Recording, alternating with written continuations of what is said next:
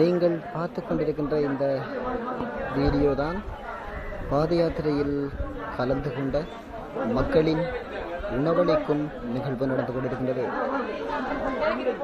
மற்றும்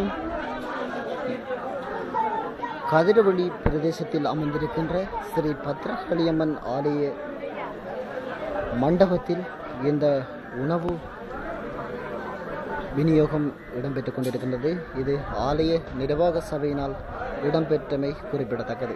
அத்தோடு மேலும் மக்களுடைய அடுத்த பயணம்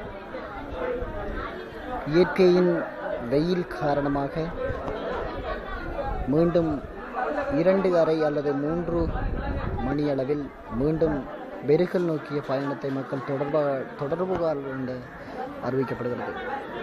மேலும் மீண்டும் நாங்கள் மக்களுடன் இதன் பற்றிய சில விடயங்களை உங்களுக்கு தொகுத்து தருகின்றோம்.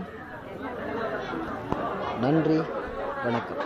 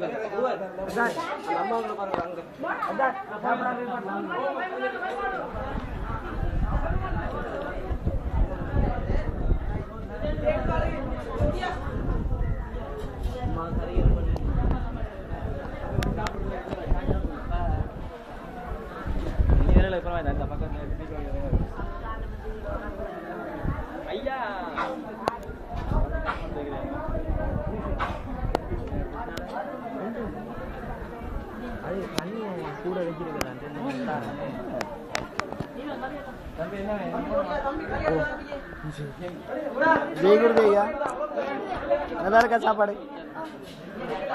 எப்படி இருக்கு இப்ப சாப்பாடு? ருசியா இருக்கா?